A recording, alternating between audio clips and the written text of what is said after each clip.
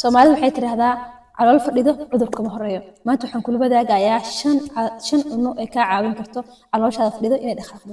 Cunnada koowaad waa cunnooyinka qolofta leh sida digirta, galleyda, wixii la mid ah digirta cagaaran, dhammaan digirta isku dar cuntooyinka qolofta leh dhammaan.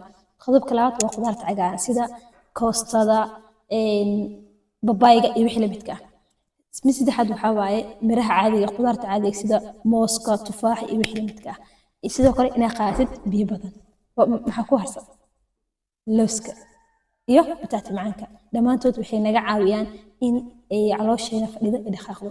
mar walba ku dadaal calooshaada in ay dhaqaaqdo sababtoo ah waxa caloosha saxarada waxaa waaye waxa sunta ah ee jirka laga saarayo. mar walba waxaa rabaa in la saaro oo wixii sun jirka dhan uu ka baxo haddii uu ku jiro uma wanaagsan. waxaan kugu soo dhaweynaynaa sheer xirfad oo ah hoyga barashada xirfadaha casriga.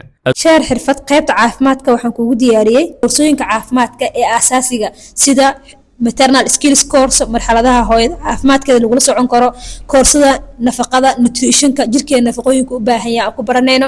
waxaa kaloo kugu diyaariyey emergency care qof hadduu xaalad degdeg ah galo sida uu caawin lahayn iyo barashada daawada pharmacology. linkiga hoose ayaa idiin soo dhigayaa koorsooyinka.